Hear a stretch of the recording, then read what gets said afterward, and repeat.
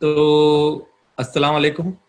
آج کا جو سیشن ہے وہ انٹروڈکشن ٹو قرآن جو تھا وہ اسی کو کنٹینیو کریں گے. کل بیسکلی جو ہم لوگوں نے پڑھا تھا اس کا ایک شارٹ میں ڈسکرپشن دیتا ہوں اور ایڈ کر دیجیے گا آپ لوگ، میں جو بھی مس کروں. ایک چیز تو یہ تھا کہ بھائی قرآن اصلی محفوظ قرآن کہاں ہے؟ وہ لوح محفوظ میں وہ کتاب جو اللہ کے پاس ہے اس کے اندر قرآن بھی ایک جگہ پہ موجود ہے. پوری دنیا کی حقیقت اس میں موجود ہے اور اسی میں ایک حصہ قرآن کا بھی موجود ہے. وہ کس زبان میں کسی کو نہیں پتا، اللہ جانتا ہے. اور ایک ہی بار میں اس بڑی کتاب کے اندر سے قرآن کو پہلے آسمان پر نازل کروا دیا گیا تھا لیلۃ القدر پہ، جسے 27ویں رات بھی کہا جاتا ہے، لیکن شیورٹی نہیں رہتی، 23، 25، 27 ان میں سے کوئی بھی اور نائٹس ہو سکتی ہے. جب یہ نازل ہو گیا پوری کی پوری قرآن ایک بار میں اللہ نے پہلے آسمان پہ کر دی، تو وہاں سے پھر جبریل علیہ السلام کو حکم دیا جاتا تھا کہ یہ وہی جو ہے اس وقت پہ آپ لے جاؤ. جب بھی اللہ کا حکم آتا تھا تو جبریل علیہ السلام لے کے، اینجل جو تھے جبریل علیہ السلام، وہ رسول اللہ پہ لے کے، پروفٹ محمد صلی اللہ علیہ وسلم پہ لے کر آ جاتے تھے وہ وہی. اس طریقے سے قرآن کو 22 سے 23 سال میں جو ہے وہ نازل ہوا محمد صلی اللہ علیہ وسلم پہ. لیکن ایک نازل ہونے کا طریقہ تھا کہ ایک بار میں پوری نازل ہو گئی پہلے آسمان پہ لیلۃ القدر پہ، اور دوسرا طریقہ تھا کہ دھیرے دھیرے جو ہے وہ رسول اللہ پہ اور لوگوں کے بیچ میں نازل ہو رہی ہے. وہ اس لیے بھی تاکہ بہتر سے سمجھ سکیں اس کتاب کو، اور جو بھی آرگیومنٹ اور کشاکشی ہو رہی تھی لوگوں کے بیچ میں اور آرگیومنٹ، تو وہ اس کا سولوشن اس سے مل سکے. پھر دوسری چیز بتائی قرآن کے محفوظ ہونے کی بات، تو اللہ قرآن میں خود کہتا ہے کہ اس نے محفوظ کیا ہے قرآن کو، اور کس طریقے سے محفوظ کیا ہے کہ زبانی طریقے سے جو ہے کال کروا کے بار بار رسول اور جو صحابہ تھے وہ اسے یاد کرتے تھے، اس طریقے سے اللہ نے جو ہے محفوظ کروایا. اور ایک محفوظ جو شکل ہے وہ اللہ کے پاس آلریڈی موجود ہے. اس کے بعد یہ تھا کہ کس ایریا میں جو ہے یہ کتاب نازل ہوئی پوری، تو وہ حجاز کا جو پورا ایریا تھا، مکہ مدینہ اور اس کے بیچ کی جو جگہ تھی جہاں سے آنا جانا ہوتا تھا، تو وہاں پہ یہ نازل ہوا. اس کے علاوہ کوئی اور چیز جو ہے، اور یہ وحی کے طور پر پوری کے پوری قرآن نازل ہوئی ہے، یہ لکھی بھی کسی بھی شکل میں نازل نہیں ہوئی ہے. تو یہ کل جو ہے ڈسکشن ہوا تھا.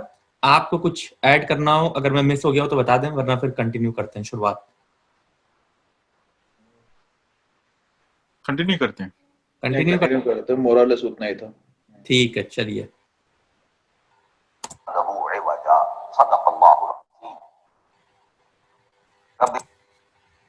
ایک سیکنڈ، تم نے ایک سیٹنگ چینج کی ہے کیا؟ صدری ویسر لی امری واحلل عقدۃ من لسانی یفقہوا قولی. تعارف قرآن کے ضمن میں جو مباحث پہلی نشست میں مکمل ہو چکے ہیں، اس میں ایک کمی رہ گئی تھی، اس کو پورا کر لیجئے. قرآن مجید کی 2 آیات کے بارے میں یہ روایت موجود ہے صحیح مسلم میں حضرت عبداللہ ابن مسعود رضی اللہ تعالی عنہ سے، کہ سورہ بقرہ کی آخری 2 آیات حضور کو شب معراج میں عطا ہوئی ہیں. وہ زمین پر نازل نہیں ہوئیں، بلکہ حضور نے آسمان پر پہنچ کر ان کو حاصل کیا ہے. یہ امت کے لیے شب معراج کے تحفے کے طور پر یہ 2 آیتیں. آمن الرسول بما انزل الیہ من ربہ والمؤمنون کل آمن باللہ وملائکتہ وکتبہ ورسلہ لا نفرق بین احد من رسلہ وقالوا سمعنا واطعنا غفرانک ربنا والیک المصیر. پھر آخری آیت جس میں طویل ترین دعا ہے. یہ 2 آیات جو ہیں مستثنیٰ کر لیجئے تو باقی جو ہے قرآن مجید وہ پھر پورا حجاز میں زمین پر نازل ہوا ہے محمد رسول اللہ صلی اللہ علیہ وسلم کے قلب مبارک پر. اب جو اگلی بحث ہے اس تعارف قرآن کے ضمن میں، قرآن کی زبان کون سی ہے؟ یہ سب جانتے عربی زبان ہے، لیکن کون سی عربی؟ عربی کوئی ایک نہیں ہے. جیسا کہ آپ کو معلوم ہے کہ ایک زبان ہوتی ہے تو اس کے ڈائلیکٹس ہوتے ہیں. پنجابی زبان کے نہ معلوم کتنے ڈائلیکٹس ہیں، بنگلہ زبان کے نہ معلوم کتنے ڈائلیکٹس ہیں، پشتوں کے کتنے ڈائلیکٹس ہیں. عربی زبان کے اس وقت پورے عالم عرب کے اعتبار سے تو دیکھیے تو ہر ملک کا جو ہے اپنا لہجہ ہے اور ان کے اپنے انداز ہے. تو خود نزول قرآن کے وقت بھی پورے جزیرہ نمائے عرب میں کوئی ایک زبان نہیں تھی، زبان ایک تھی لیکن اس کے لہجے مختلف تھے، الفاظ مختلف تھے۔ تو یہ جان لیجئے کہ قرآن نازل ہوا ہے حجاز کے بادیہ نشینوں کی زبان میں۔ وہ اصل عربی زبان حجازی قوم سمجھتی تھی، شہری زبان نہیں، دیہاتی زبان، یعنی کہ شہروں میں دوسرے ملکوں کے لوگ آتے جاتے رہتے تھے، خاص طور پر مکہ مکرمہ جو ہے وہ تو چونکہ ایک بہت بڑا تجارتی مرکز تھا۔ لإلاف قریش ایلافہم رحلۃ الشتاء والصیف فلیعبدوا رب ھذا البیت، ان کے قافلے جاتے تھے، آتے تھے، دوسرے تاجر بھی آتے تھے، تو ظاہر بات ہے کہ شہروں کے اندر تو پھر زبان جو ہے وہ مکسڈ ہو جاتی، خالص نہیں رہتی۔ یہی وجہ ہے کہ قریش کے جو شریف گھرانے تھے، اونچے گھرانے تھے، وہ اپنے بچوں کو صحرا میں بھیج دیتے تھے کہ ان کی پرورش وہاں ہو، وہاں وہ خالص عربی زبان سیکھیں، ان کی زبان جو ہے پولیوٹڈ نہ ہو۔ تو بادیہ نشین حجاز کے، نجد کے نہیں، حجاز کے بادیہ نشین، ان کی زبان میں قرآن نازل ہوا ہے۔ اچھا، اس پر میں ایک چیز ایڈ کر دوں جو حدیث ہے، یہ صحیح بخاری کی 2287 2287 نمبر جو ہے وہ حدیث ہے، اور صحیح مسلم میں 818 نمبر ہے۔ یہ ہے حدیث آف احرف کہتے ہیں، حرف کہتے ہیں نا، حرف کہتے ہیں لکھنے کو، اور احرف کہتے ہیں وہ لہجہ جو پڑھنے کا۔ تو وہیں میں کہ یہ ڈفرینٹ جو ڈائلیکٹ میں جو ہے قرآن جو ہے جبریل علیہ السلام لا کے اور وہ رسول اللہ کو جو ہے پڑھاتے تھے۔ جب عرب سے انہوں نے جس علاقے میں رہتے تھے وہاں سے چالو کیا تو وہ دوسرے پھر علاقوں میں جانا ہوا، وہاں وہ پڑھاتے تھے، تو وہاں کے جو ڈائلیکٹ ہوتے تھے تو کچھ لفظ جو ہوتے تھے وہ وہیں کے ڈائلیکٹ میں بولے جاتے تھے قرآن کے۔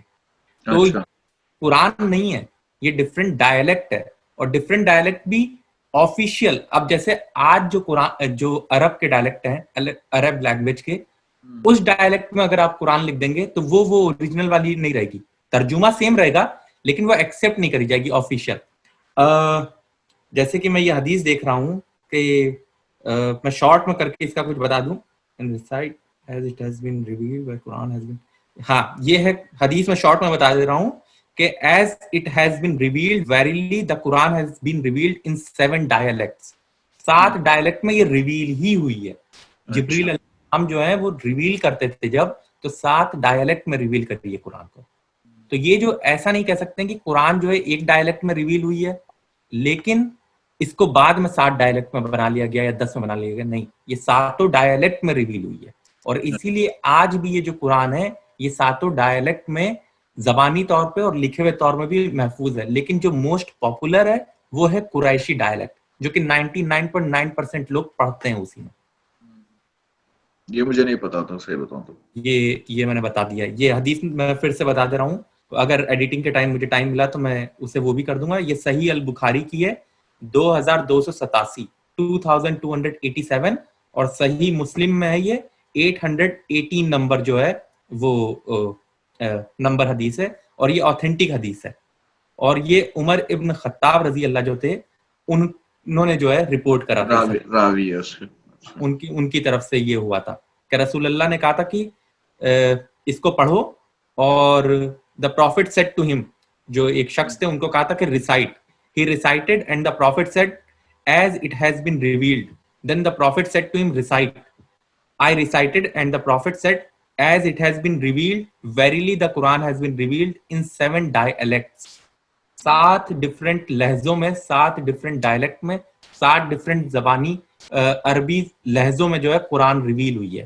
تو یہ نہیں کہہ سکتے کہ ایک اس میں ریویل ہوئی اور اس کے بعد میں رسول اللہ نے جو ہے 6 طریقے کا الگ سے بنا لیا، نہیں، 7 زبان میں ہی ریویل ہوئی ہے ان کو، جیسی ہے ویسی ہے۔ ہاں جیسی ہے ویسی ہی ہے۔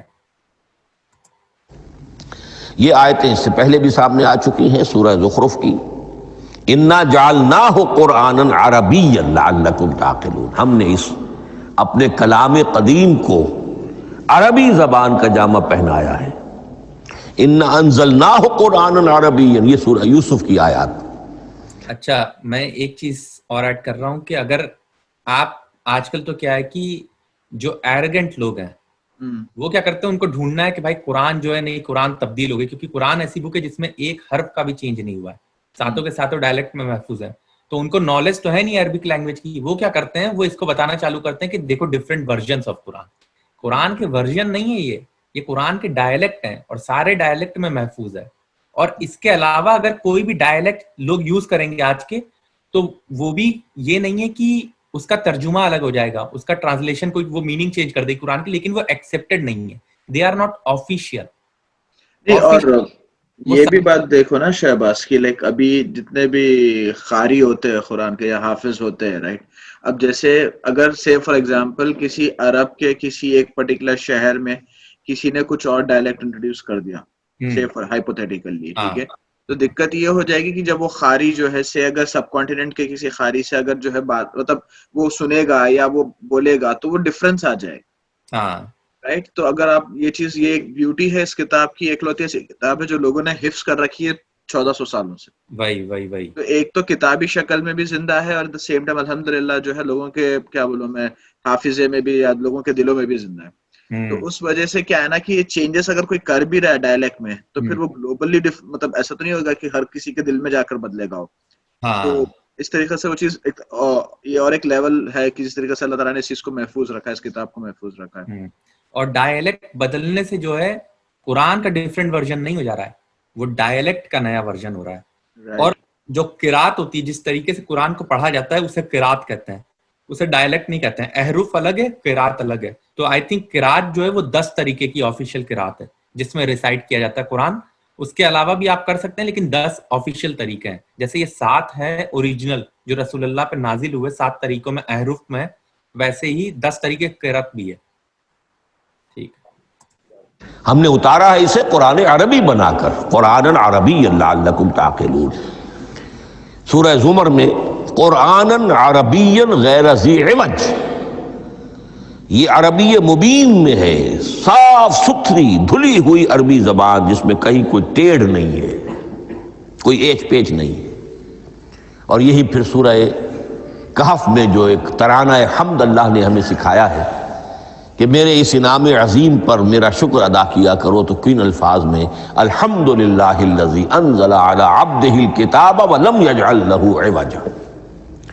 تو یہ عربی مبین جو ہے اگرچہ اصلاً ہے بادیہ نشین حجاز کے, البتہ یہ کہ عرب کے دوسرے قبائل کے بھی ان کی زبانوں کے بعض الفاظ اس میں آئے ہیں.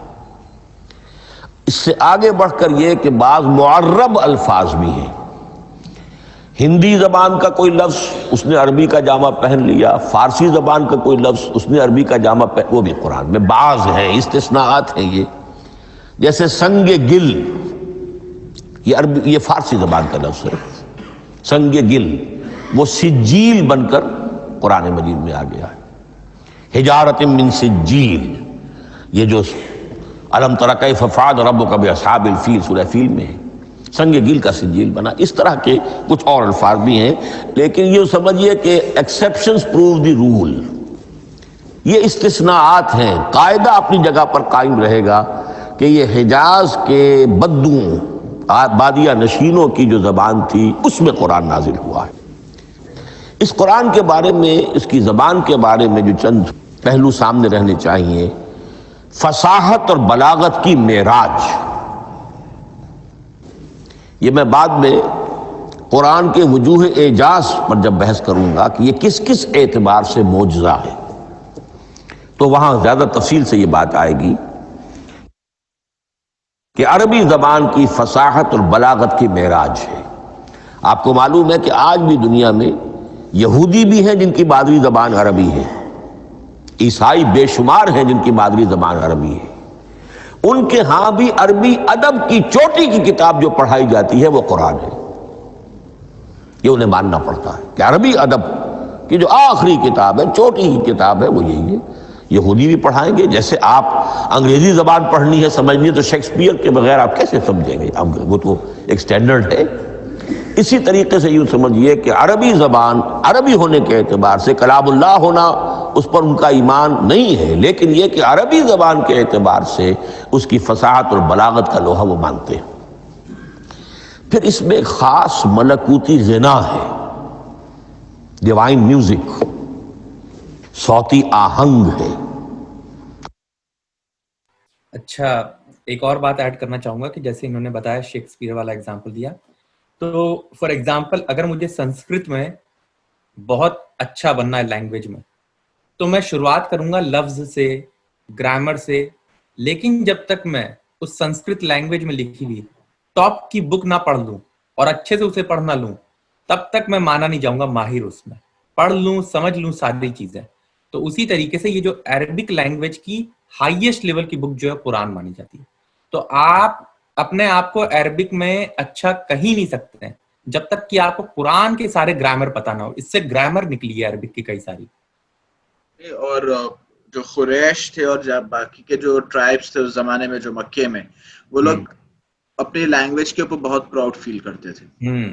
اسپیشلی جو پوئٹری ہے, ٹھیک ہے, ان کے پاس سالانہ وہ ہوتے تھے, عرس ہوتے تھے, عرس نہیں بولنا چاہیے, مطلب گیدرنگز ہوتے تھے, ٹھیک ہے, جہاں پر جو ہے بہت سارے پوئٹس آتے تھے, اور جو سب سے جو جس کی سب سے بیسٹ پوئٹری ہوتی تھی, سارے پوئٹس اس کو مل کر سجدہ کرتے تھے. یہ ان کا ٹریڈیشن ہوا کرتا تھا سالانہ.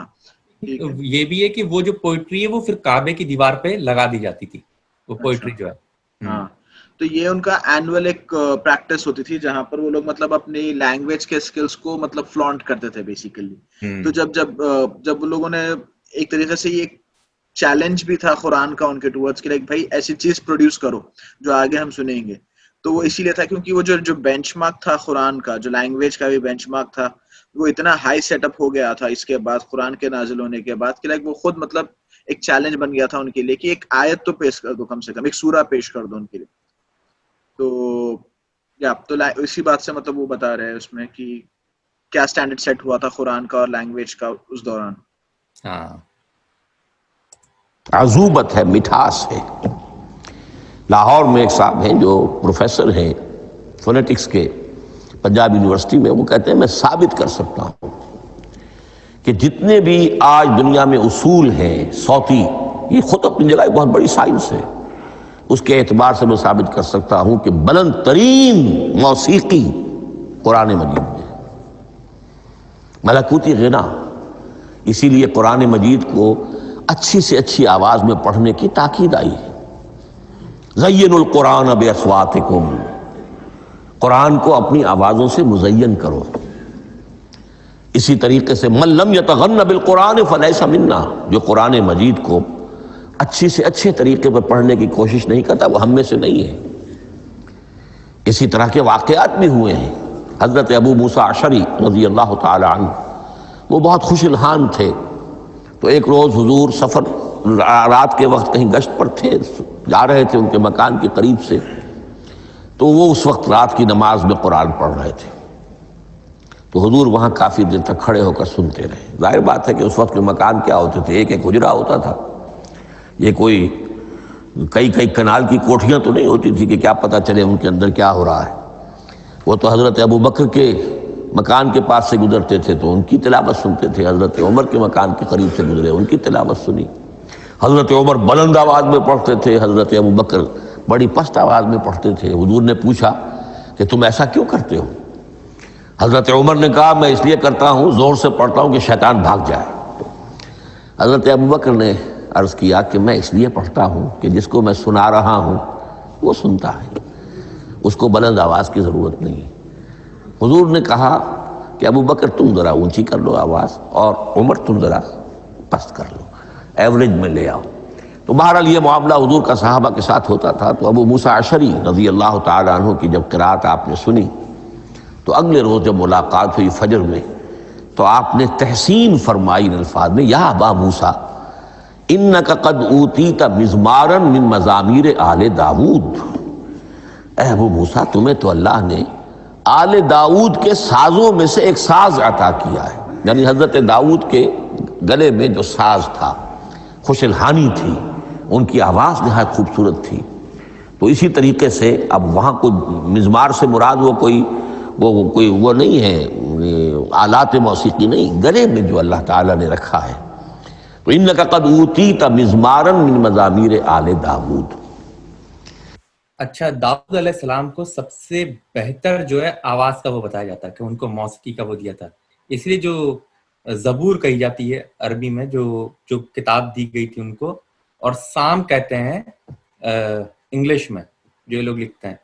تو میں نے رومانین جو ہے لینگویج اور جو جگہ وہاں پہ میں روم تو نہیں گیا ہوں وہاں, میں ایسے بتا رہا ہوں, یوٹیوب پہ دیکھا تھا میں نے, رومانین میں سام کی ورسز ریسائٹ ہو رہی تھی. تو وہ قرآن کے بعد اگر مجھے کوئی بہترین لگ رہی تھی سننے میں, وہ اس لینگویج میں جو ایرمک کچھ ایسی لینگویج میں کر رہی تھی, تو وہ بڑی اچھی لگ رہی تھی مجھے سننے میں. کبھی سنیے گا آپ لوگ, تب آپ کو پتہ چلے گا. ایک آخری بات یہ نوٹ کیجئے کہ قرآن مجید کا عظیم ترین احسان ہے عربی زبان پر. یہ یوں سمجھیے کہ ایک ستون کی طرح اس زبان کو ٹھہرا دیا ہے, اس کو سٹیبل کیا ہے قرآن مجید. آج بھی پوری دنیا میں جسے عرب کہتے ہیں فصیح زبان, لغہ فصحی, وہ ایک ہے, وہ قرآن ہی کی ہے. زبانیں بدلتی رہتی ہیں. اردو 300 سال پہلے کی دکن میں جب شروع ہوئی, وہ آج آپ پڑھ بھی نہیں سکیں گے وہ کیا اردو تھی ولی دکنی کی. پھر وہ کیا کیا اس نے روپ بدلے ہیں, اب وہ اردو کس شکل میں ہے, فارسی کن کن شکلوں میں رہی ہے, مختلف, انگریزی کتنی شکلیں بدل گئی ہیں, لیکن عربی قائم ہے. اس کے لیے جیسے کہ قرآن مجید میں آتا ہے کہ ہم نے پہاڑ زمین میں گاڑ دیے اس کو سٹیبلائز کرنے کے لیے, ان تمید بکم, تمہیں لے کر زمین ایک طرف کو جھک نہ جائے.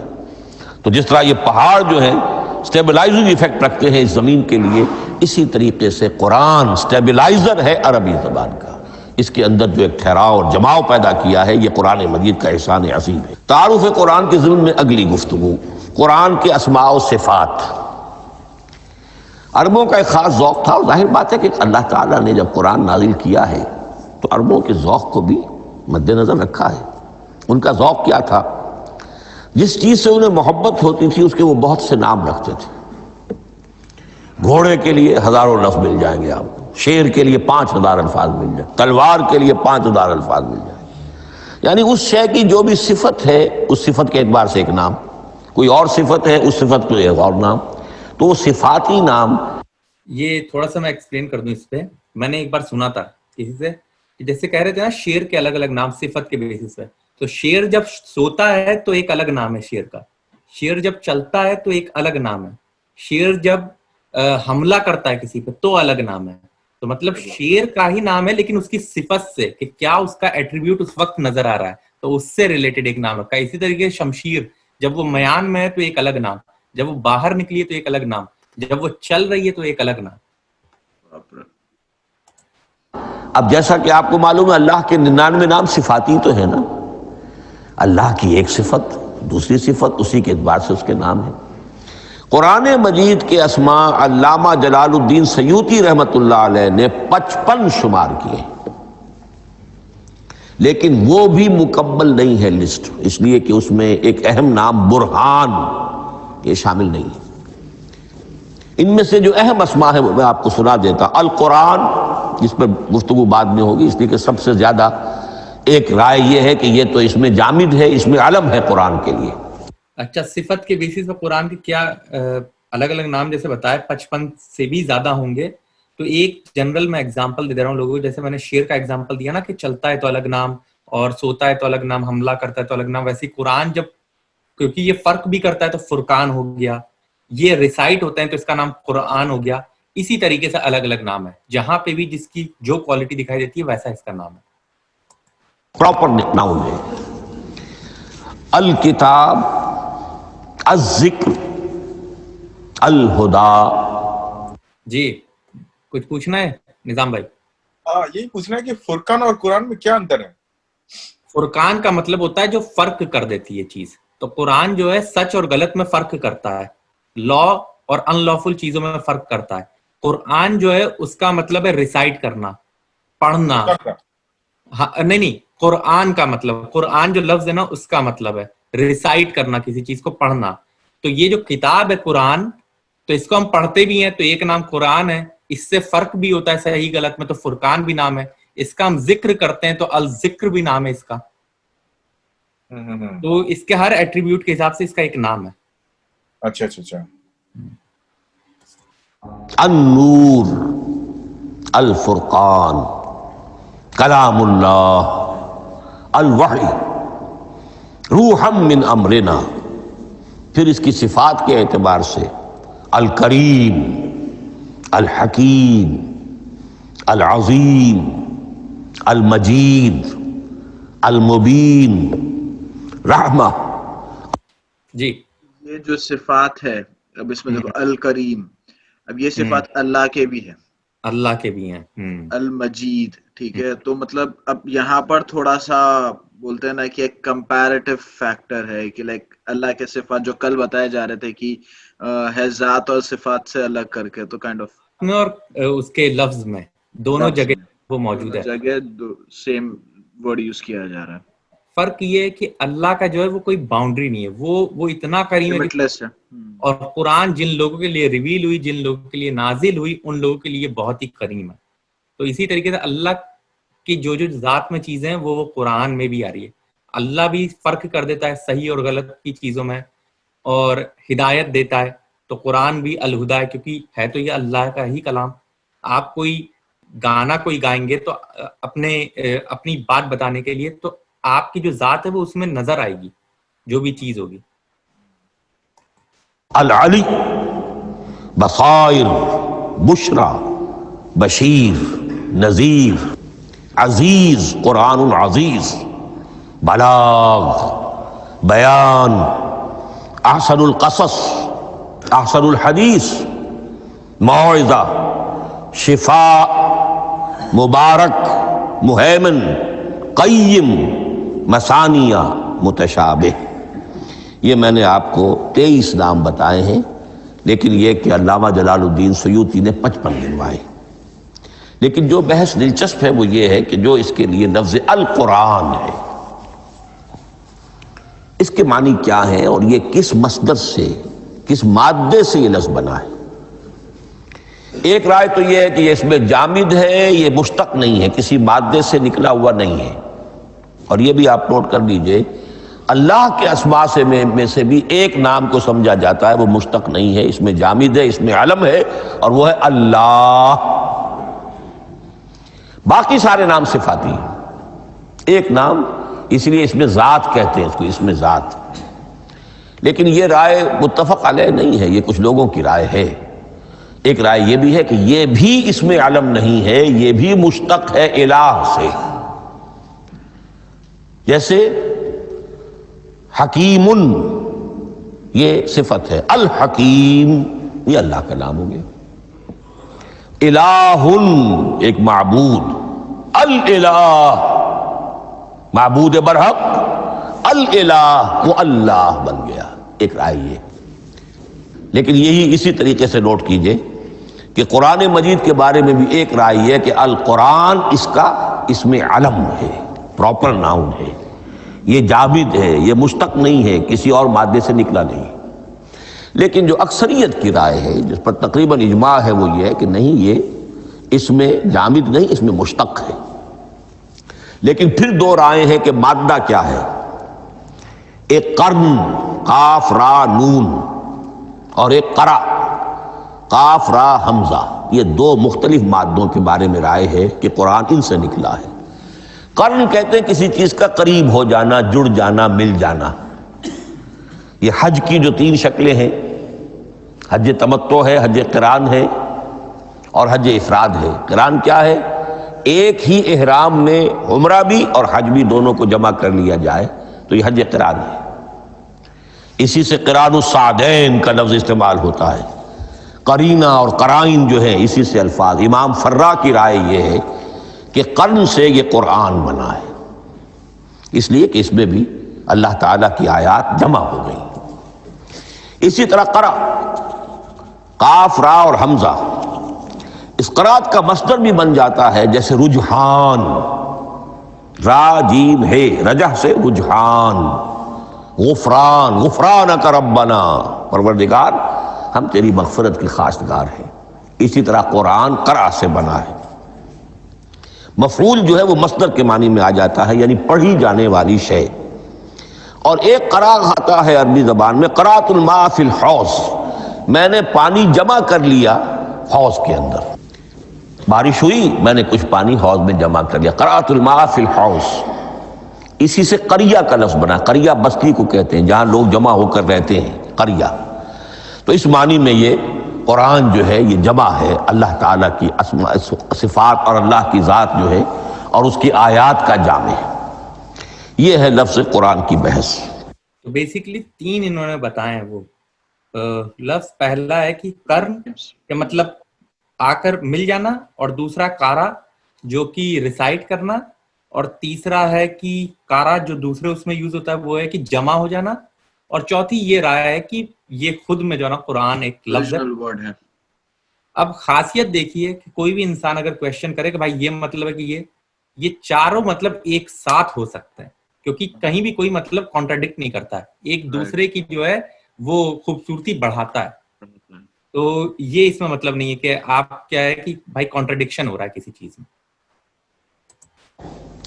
اگلی بحث اور بڑی اہم ہے اور دلچسپ ہے، قرآن کا اسلوب کلام کس کیٹیگری میں فال کرتا ہے؟ قرآن کیا ہے؟ ایک شے کی تو سختی سے نفی کی اللہ نے، یہ شعر نہیں ہے.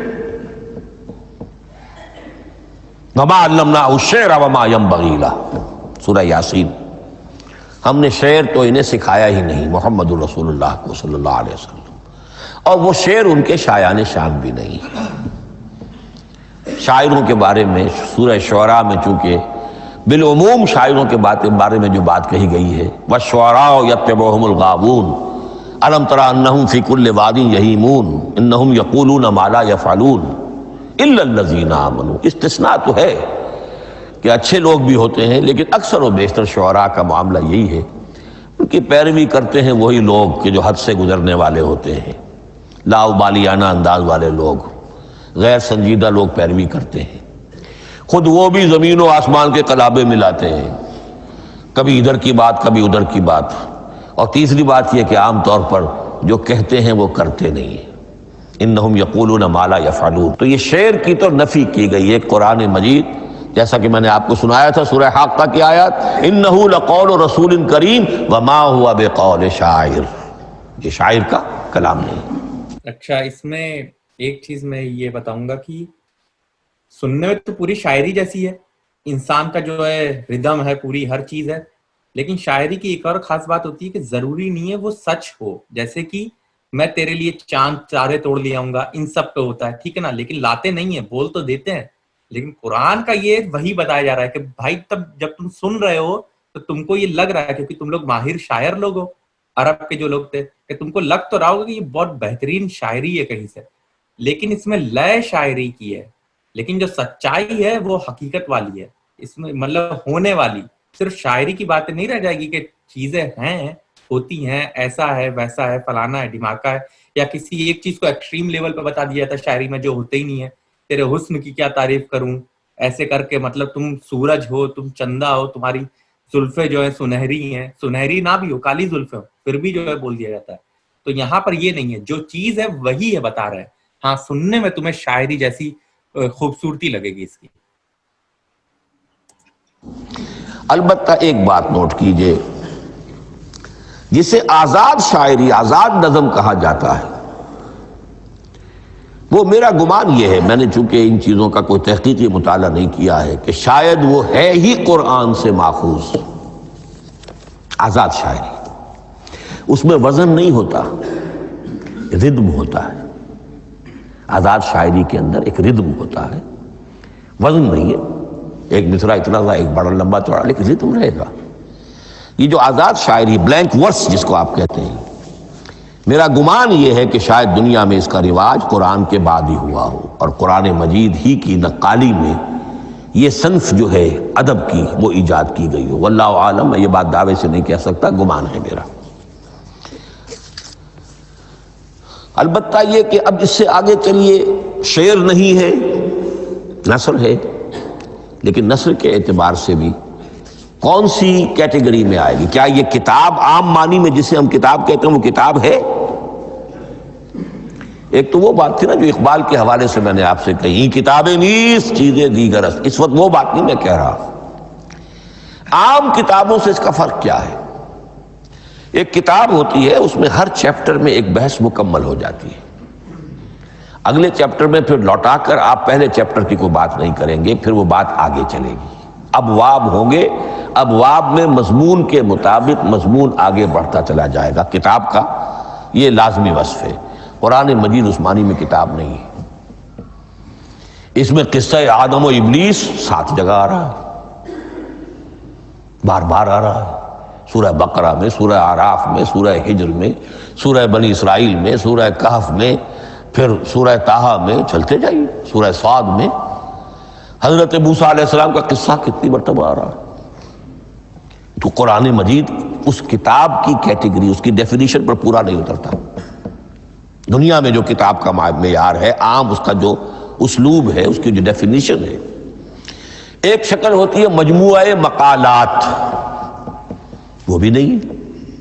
اس میں ہر مقالہ اپنی جگہ پر ایک مکمل شے ہوتی ہے، لیکن یہ کہ وہ دوسرے مقالات سے تو مختلف ہوگی. یہ مجموعہ مقالات بھی نہیں. اس کا اسلوب جو ہے وہ خطبے کا ہے، اوریشن. اور یہ کہا جا سکتا ہے it's a collection of divine orations. یہ اللہ تعالیٰ کے خطبات کا مجموعہ ہے. مختلف اوقات میں خطبے نازل ہوتے تھے حضور پر صلی اللہ علیہ وسلم. اور یہ بھی جان لیجئے کہ عرب میں ادب کی 2 ہی صنفیں تھیں جو معروف تھیں، یا شعر یا خطبہ. یا خطیب ہوتے تھے بڑے شعرا بیان خطیب، اور یا شاعر ہوتے تھے. تو یہ جب شعر کے اسلوب پر نہیں تھا تو خطابت کا اسلوب ہے جو اللہ نے اختیار فرمایا. اور ہر موقع پر، ہر مرحلے پر جو خطبہ اس وقت کے حالات کی مناسبت سے نازل ہوا وہ ایک صورت ہے. تو یہ ہے کلیکشن آف ڈیوائن اوریشنز. یہ اللہ تعالیٰ کے مجموعہ خطبات الہیہ اسے کہا جا سکتا ہے. لیکن اس سے جو چند نتیجے نکلتے ہیں وہ نوٹ کرنے ضروری ہیں.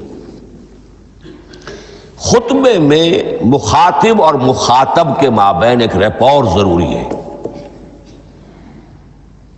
اگر کوئی مصنف بیٹا کتاب لکھ رہا ہے، اس کے سامنے کوئی سامع نہیں ہوتے، وہ تو اپنی مگن میں جو بھی خیال ہے اپنے دل میں وہ لکھ رہا ہے. خطبے میں سامنے ہوتے. اگر ان کے درمیان رپورٹ نہ رہے، ہم آہنگی نہ رہے، تو پھر وہ خطبہ غیر مؤثر ہو جائے گا. لوگ جو ہیں ان کو اونگ آنے لگے گی، وہ متوجہ ہی نہیں رہیں گے. تو ایک رپورٹ مخاطب اور مخاطب ان کے درمیان، مطلب ایک جیسے مناظرہ ہوتا ہے نا کہ 2 لوگ بیچ میں آرگیومنٹ ہو رہا ہے، یا قوالی کو بھی اسی طریقے کا کہہ دیا جاتا ہے کہ جو ہے 2 ٹیم ہے، ان کے بیچ میں مقابلہ ہو رہا ہے کہ ایک نے یہ سوال کرا، ایک نے یہ جواب دیا، ایک نے یہ سوال کرا، ایک نے یہ جواب دیا. تو شاعری سے زیادہ بہتر لفظ تو یہ ہے کہ یہ قوالی، اور یہ جو دوسرا لفظ انہوں نے بتایا تھا ڈاکٹر اسرار احمد نے، وہ لفظ مناظرہ تو تھوڑا ڈفرینٹ ہو جائے گا. مناظرہ ہے some thing like argument type کا ہو رہا ہے، ڈیبیٹ ٹائپ کا ہو رہا ہے، جہاں پر ایک بندہ بات رکھ رہا ہے، سامنے والا بندہ اس کو کاٹ رہا ہے، مطلب نہیں یہ غلط ہے یہ صحیح ہے بول کر. ہاں تو یہاں پہ بھی تو یہ بتایا جا سکتا ہے کہ جب وہی آتی تھی تو وہ جو ہے وہ کاٹتے تھے قریش، پھر مطلب وائس ورسا ہوتا تھا نا. دیکھو مناظرہ مطلب کیا ہوتا ہے شہباز، اگر میں بول رہا ہوں کہ لائک یار دیکھو آج بارش ہوئی، تم بولو گے نہیں آج دھوپ نکلی ہے، مطلب دونوں ایک دوسرے کی باتوں کو کانٹراڈکٹ کر رہے ہیں نا. یہاں پر یہ ہے کہ سامنے والا غلط ہے، اس پر حق بات وہی کے ذریعے آ رہی ہے، سمجھے. تو کائنڈ آف لائک مطلب اب کاؤنٹر آرگیومنٹ کچھ نہیں آ پائے گا، وہ نہیں یہ نہیں بولے گا نہیں یار یہ غلط ہے. تو مناظرہ میں کیا ہوتا ہے کہ ایک 50-50 چلتا ہو آرگیومنٹ یا ڈیبیٹ چل رہا ہوتا ہے، یہ پوائنٹ نہیں تو یہ پوائنٹ، یہ پوائنٹ نہیں تو یہ پوائنٹ، کائنڈ آف. تو یہ سلائٹلی ڈفرنٹ بات ہو جائے گی یہاں پر. تو مناظرہ نہیں بولنا چاہیے، کچھ اور ورڈ یوز کرنا چاہیے. نہیں، قرآن کو لیے تو قرآن خود لفظ کر دیتا ہے. میں اس ایک الگ نظر سے کہ اگر کسی چیز سے یہ قریب ہو سکتا ہے تو اس سے سملیرٹی لگتی ہے اس چیز. باقی قرآن کے لیے ہم لوگ کوئی لفظ نہیں بناتے ہیں، وہ قرآن مینشن کر دیتا ہے، ہمیں ضرورت نہیں پڑتی اس کی. رائٹ. دوسرے یہ کہ خطبہ کا ایک وصف لازمی یہ ہوتا ہے کہ ایک واقعاتی پس منظر ہوتا ہے پیچھے موجود. اب کوئی شخص ہے سیاسی تقریر کر رہا ہے، ایک خاص پس منظر موجود ہے، اس میں وہ ان چیزوں کی طرف حوالے دیتا چلا جائے گا، صرف کوئی تفصیلات بیان نہیں کرے گا، اس لیے کہ وہ لوگوں کو معلوم ہے آج کے دور کا ایک واقعہ ہے، لوگوں کے علم میں ہے. لیکن کتاب میں آپ لکھیں گے تو پھر وہ پورا واقعہ بھی بیان کرنا پڑے گا آپ کو کہ یہ کب ہوا، کیسے ہوا، جس کا میں حوالہ دے رہا ہوں. لیکن خطبے کے اندر پس منظر جو ہے وہ موجود ہے. اور اس کے حوالے سے صرف جو اشارات اس کی طرف ہو جائیں گے۔ نمبر 3 یہ ہے کہ خطبے میں تحویل خطاب بہت ہوتا ہے۔ تحویل خطاب سے کیا مراد ہے؟ ابھی خطیب آپ سے بات کر رہا ہے، آپ سے مخاطب ہے، اور کسی وقت وہ فلاں کو جو یہاں موجود بھی نہیں ہے وہ نواز شریف صاحب کو خطاب کرنا شروع کر دے گا۔ بھائی نواز شریف تو یہاں نہیں ہے، لیکن خطاب انداز وہ تو تقریر مقرر ہے، سیاسی تقریر کر رہا ہے، نواز شریف کو چیلنج کر رہا ہے، نواز شریف یہ کر دو گے تو ہم یہ کر دیں گے، اور نواز شریف یہ تم غلط کر رہے ہو، یا بے نظیر تمہارا یہ معاملہ۔ ہاں بے نظیر تو وہاں موجود نہیں، صدر ایوب صاحب کو جو بھی گالیاں دی جاتی تھی تقریروں کے اندر وہ خود تو وہاں موجود نہیں ہوتے تھے۔ تو اس میں تحویل خطاب نوٹ کرنا پڑتا، ابھی کس سے بات ہو رہی تھی، ابھی کس سے بات ہو رہی تھی۔ قرآن مجید میں آپ دیکھیں گے ایک آیت میں حضور سے خطاب ہے، اگلی آیت میں کفار سے خطاب ہے، اس سے اگلی آیت میں اہل ایمان سے خطاب ہے۔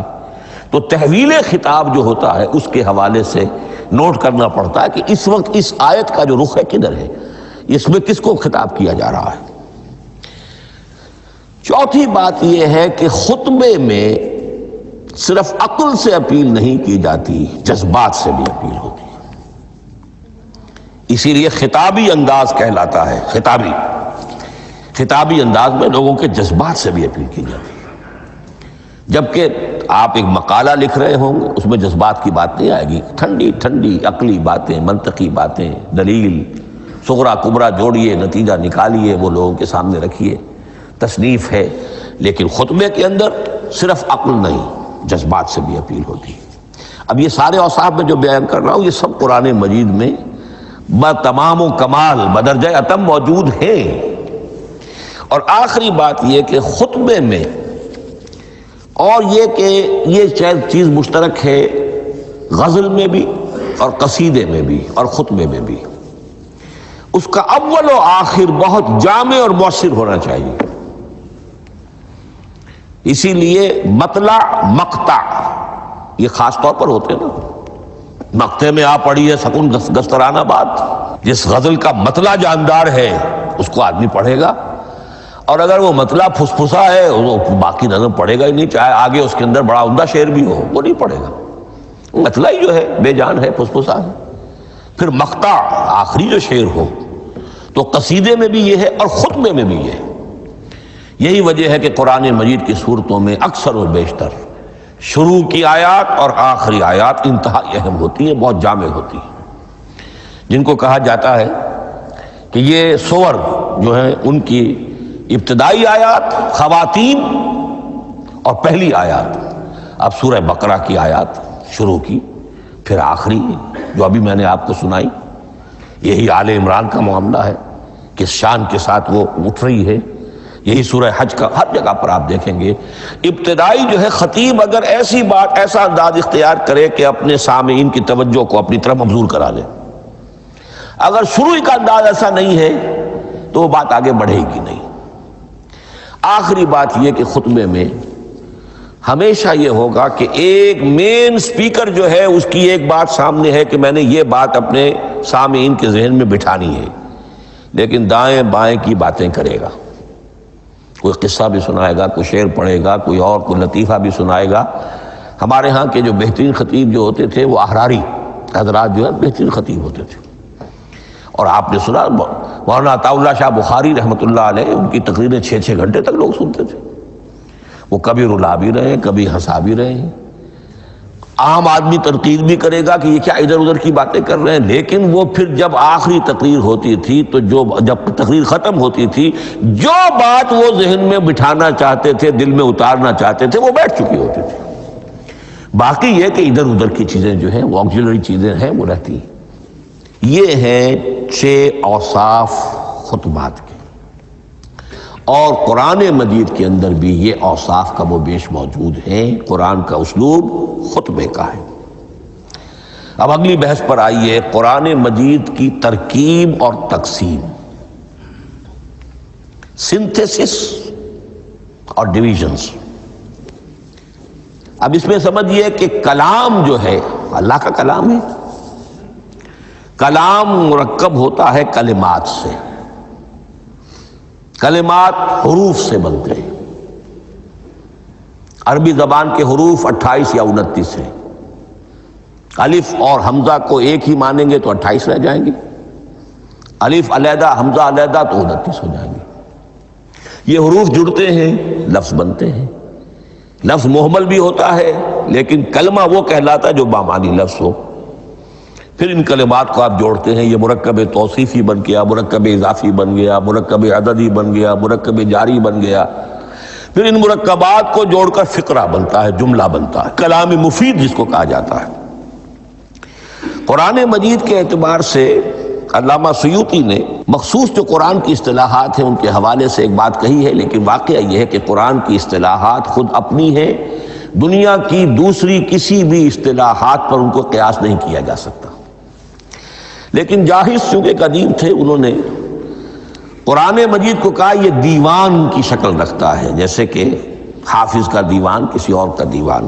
سورتیں جو ہیں وہ قصیدوں کی شکل میں ہیں، بیت شعر آیت ہے، قوافی جو ہوتے ہیں شعروں میں قافیہ وہ یہاں فواصل ہیں، آیت کے آخری حروف ایک دوسرے سے مشابہ ہوتے ہیں کہ جن سے پھر وہ صوتی آہنگ پیدا ہوتا ہے۔ الرحمن علم القرآن خلق الانسان علمہ البیان۔ اب یہ ایک فواصل جو ہے وہ جڑتے چلے جاتے ہیں، ان میں آہنگ پیدا ہوتا ہے۔ لیکن حقیقت کے اعتبار سے پہلی بات یہ نوٹ کیجئے، قرآن مجید کی اکائی ہے آیت، اسے نہ آپ جملہ کہہ سکتے ہیں نہ فقرہ کہہ سکتے ہیں۔ انگریزی میں ہمارا چونکہ بائبل کے لیے بھی جب ورس کا لفظ آ جاتا ہے تو انگریزی تراجم میں، انگریزی تحریروں میں، مقالوں میں ورس قرآن مجید کی آیت کے لیے لفظ آ جاتا ہے، ورس نمبر فلاں، بالکل غلط ہے۔ قرآن کی آیت یہ اس کا اپنی اصطلاح ہے، اپنا مفہوم ہے۔ لغوی مفہوم کیا ہے؟ نشانی ہے، آیت نشانی۔ قرآن کی ہر آیت اللہ کے علم اور حکمت کی نشانی ہے۔ اب قرآن کی آیتیں نوٹ کیجئے، صرف حروف پر بھی مشتمل ہے، الف لام میم حروف مقطعات اور آیت بن گئی۔ وہ مرکبات ناقصہ پر بھی مشتمل ہے، والعصر مرکب جاری ہے، حرف جار آیت ہو گئی۔ پورے جملے پر بھی مشتمل ہے، ان الانسان لفی خسر ایک جملہ ہے، اور 10 جملوں پر بھی مشتمل ہے۔ اللہ لا الہ الا ھو الحی القیوم لا تأخذہ سنۃ ولا نوم لہ ما فی السماوات وما فی الارض الی آخر الآیہ۔ آیت الکرسی کا انالیسس کیجئے، 10 جملے موجود ہیں اس میں۔ تو نوٹ کر لیجئے، یہ چیز توقیفی کہلاتی ہے، یہ کسی گرامر کے اصول پر نہیں ہے، کسی منطق کے اصول پر نہیں ہے۔ آیات قرآنیہ کی تعیین توقیفی ہے، یعنی حضور کے بتانے پر موقوف ہے۔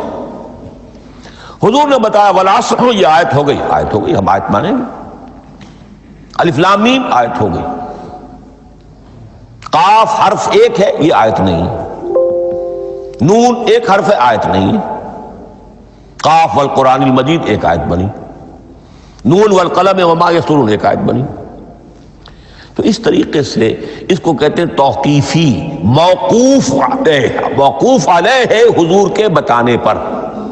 اب اس میں روایات کا اختلاف ہو سکتا ہے کہ حضور سے کوئی روایت یہ ہو کہ یہ ایک آیت بنی یا 2 آیتیں بنی۔ مثلا بڑی اہم مثال آپ کو دے رہا ہوں، سورہ مزمل کی جو دوسرا رکوع ہے، پورا دوسرا رکوع وہ 1 آیت شمار ہوتا ہے، اور میرا بڑا گمان رہا بہت عرصے تک کہ یہ 1 آیت نہیں ہو سکتی، یہ مختلف اوقات میں نازل ہوئی ہیں، 2 اوقات میں نازل ہوئی ہے، اور یہ مجھے قول مل گیا علامہ سیوطی کے ہاں، حضرت عبداللہ ابن عباس رضی اللہ تعالیٰ عنہما کا قول کہ یہ 2 آیتیں ہیں، 1 نہیں۔ لیکن یہ کہ یہ ہوگا موقوف روایت پر، میں کوئی نہیں ہوں جو اسے قرار دے سکوں۔ ہاں مجھے اگر کوئی روایت مل جاتی ہے، کوئی خبر یا اثر، خبر محمد الرسول اللہ کی یا اثر آپ کے کسی صحابی کا صلی اللہ علیہ وسلم و رضی اللہ تعالی عنہ، تو پھر یہ ہے کہ ہم مانیں گے۔ تو اس کو کہتے ہیں توقیفی۔ آیات اور سور کا معاملہ توقیفی ہے بالکل، یا کسی منطق، کسی گرامر، کسی اصول بیان، کسی پر مبنی نہیں ہے، یہ مبنی ہے حضور کے بتانے پر۔ اس طرح سورت کسے کہتے ہیں؟ عربی زبان میں سور کے معنی ہے فصیل۔ فضرب بینہم بسور لہ باب، سورہ حدید کے اندر الفاظ آئے۔ اب اس کا کیا تصور دیا گیا کہ ہر آیت جو ہے وہ اللہ کے علم اور حکمت کی نشانی ہے۔ 10 آیتیں، 20 آیتیں، 100 آیتیں، 285 آیتیں، 286 آیتیں جوڑ کر ایک فصیل باندھ دی گئی۔ یہ شہر حکمت خداوندی ہے۔ ایک نظم ہوتا ہے، جیسے آپ شہر کا ٹاؤن پلاننگ آج کا تو بہت بڑا فن ہے، بڑی اسپیشلائزیشن ہے شہر کو پلان کرنا، اس کے اندر کیا کچھ ہونا چاہیے، کس طرح سے ہونا چاہیے۔ تو یہ سورت جو ہے یہ ایک یونٹ ہے قرآن مجید کی، اور اس کا جو لفظی معنی ہے فصیل، گویا کہ اس نے گھیرے میں لیا ہوا ہے ایک شہر معنی کو، علم و حکمت کے ایک شہر کے گرد یہ فصیل جو ہے پوری ہوئی ہے۔ اب اس میں نوٹ کر لیجئے جہاں تک، اچھا جیسے آیتیں چھوٹی بھی ہیں بڑی بھی ہیں، والعصر بھی آیت ہے، اور الف لام میم بھی آیت ہے، اور جیسا کہ میں نے عرض کیا آیت الکرسی بھی آیت ہے۔ اس طرح سورتیں چھوٹی بھی ہیں بڑی بھی ہیں۔ سورۃ العصر 3 آیتیں، سورۃ الکوثر 3 آیتیں، سورۃ النصر 3 آیتیں، 3 ہی سورتیں 3 آیتوں پر مشتمل ہیں، 3 سے کم پر کوئی نہیں، 2 آیات کی کوئی صورت نہیں ہے۔ لیکن آگے آپ چلتے جائیے، اس کی بڑی سے بڑی تعداد سورہ بقرہ جو ہے سب سے بڑی ہے۔ تو آیت اور سورت کے علاوہ دور صحابہ میں صرف ایک لفظ اور تھا قرآن کی تقسیم کے ضمن میں، اور وہ تھا منزل یا حزب۔ منزل یا حزب 7 منزلوں میں یا 7 احزاب میں قرآن کو تقسیم کیا گیا، تاکہ جو شخص قرآن مجید ایک ہفتے میں ختم کرنا چاہے، ہر شب میں، اکثر و بیشتر وہ لوگ رات کو ہی رات کی نماز میں قرآن پڑھتے تھے، ایک منزل پڑھ لے تو ہفتے میں پورا قرآن ختم ہو جائے گا۔ یہ حزب بھی ہے اور منزل بھی ہے، اور یہ چونکہ دور صحابہ میں تھا، یقیناً حضور نے بتایا ہوگا، اس میں آپ کو عجیب حسن نظر آئے گا۔ اس میں یہ نہیں کیا گیا کہ بالکل برابر برابر ساتھ کر دو بھائی، چاہے صورتیں ٹوٹ جائیں، صورتوں کی فصیل کوئی نہیں ٹوٹتی، اس میں صورتیں مکمل جو کہ تو آئیں گے۔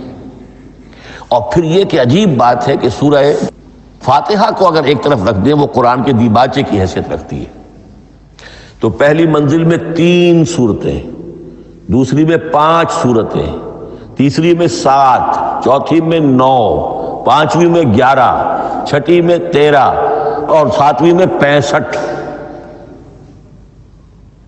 یہ ہے کہ جو ان صورتوں کی ایک بڑی، جیسے کہ ایک سیڑھی چڑھ رہی ہے، اور تقریباً مساوی ہو جاتے ہیں، کوئی 4.25 پارے ہے، کوئی 4.5 پارے ہے، کوئی 4.25 پارے، اس طریقے سے ہے، تقریباً مساوی۔ لیکن آرٹیفیشل ایکویلٹی پیدا کرنے کے لیے، مصنوعی مساوات پیدا کرنے کے لیے صورتوں کی فصیلوں کو نہیں توڑا گیا۔ اس سے آگے چل کر جو پاروں کی تقسیم ہے وہ بہت بعد کی بات ہے، 30 پارے، اور اس میں آپ کو یہ ساری قباحتیں نظر آئیں گی۔ اس میں صورتوں کی فصیلیں توڑی گئی ہیں۔ سورہ ہجر ایک آیت ادھر ہے، باقی ساری صورت جو ہے اگلے پارے میں، فصیلیں توڑ دی گئی۔ معلوم ہوتا ہے کسی شخص کے پاس جو قرآن تھا مصحف، اس نے صفحے گنے، 7 سے 30 سے تقسیم کیا، اور برابر صفحوں کے اندر وہ پارے بنا دیے۔ لیکن بہرحال دور صحابہ میں پاروں کا کوئی ذکر نہیں تھا، یہ بات کی بات ہے۔ دور صحابہ میں آیت، سورت اور حزب۔ اسی طریقے سے طویل سورتوں کو جو رکوعوں میں تقسیم کیا گیا، یہ بھی بات کی بات ہے۔ لیکن یہ جو تقسیم کیا گیا ہے سورتوں کو رکوعوں کی شکل میں، 35 صورتیں تو قرآن کی ایسی ہیں چھوٹی ہیں جو ایک ایک ہی رکوع پر مشتمل ہے۔ آخری پارے کی 37 صورتیں ہیں، پہلی 2 کی جو 2 رکوع ہے، باقی سب کی سب جو ہے وہ ایک ہی رکوع شمار ہوتا ہے۔ لیکن رکوع کیوں کیے گئے؟ لمبی صورتوں میں سے اگر کچھ حصہ پڑھنا ہے نماز میں، سورہ بقرہ پوری تو نہیں پڑھ سکتے آپ ایک رکعت کے اندر، تو اس کا وہ حصہ پڑھا جائے جس میں ایک مضمون پورا ہو جائے، مضمون نہ ٹوٹے۔ تاکہ وہاں پر رکوع کرے آدمی کہ جہاں پر کہ وہ مضمون ایک اعتبار سے مکمل ہو گیا. تو رکوع سے رکعت ہے، رکوع ہے، اس رکعت کے اندر ایک حصہ اتنا پڑھا جائے تاکہ مضمون جو ہے وہ خوبصورت رہے اور اس کا سلسلہ برقرار رہے. یہ تقسیم بھی اگرچہ بہت ہی ایک بدنام شخص ہے ہماری تاریخ کا، حجاج ابن یوسف، یہ اس کی ہوئی تقسیم ہے یا اس نے کرائی ہے، بہرحال اس کی طرف منسوب ہے. اور یہ بات ماننی پڑتی ہے کہ بڑے گہرے غور و فکر سے تقسیم کی گئی ہے، الل ٹپ نہیں ہے، بلکہ اس کے لیے واقعتاً غور کر کے جہاں وہ مضمون ختم ہوتا ہے، کہیں کہیں آپ اختلاف کر سکتے ہیں اور آپ کو حق حاصل ہے، اس لیے کہ یہ چیزیں توقیفی نہیں ہیں، یہ حضور کی بتائی ہوئی نہیں ہے، نہ رکوعوں کی تقسیم. اب سعودی عرب میں جو ایک قرآن مجید چھپ رہے ہیں ان میں حزب ہو گئے ہیں، یعنی ہر پارے کو پارے برقرار رکھ کر 8 حزب بنا دیے انہوں نے، 4 حزب بنا دیے اور پھر نصف حزب کر کے 8 حصے کر دیے. تو یہ چیزیں جو ہمارے ہاں رکوع تو پاروں سے ادھر ادھر ہو جاتے ہیں، پارا بدل گیا رکوع وہی چل رہا ہے، اس لیے کہ رکوع میں مضمون کو پیش نظر رکھا گیا ہے جبکہ پارے میں مضمون کو نہیں سامنے رکھا گیا. تو رکوع کا معاملہ جو ہے چاہے وہ حجاج ابن یوسف ہی نے کیا ہے، لیکن یہ کہ بہرحال وہ بہت صحیح ہے، اکثر و بیشتر کہیں کہیں آپ اس سے اختلاف کر سکتے ہیں.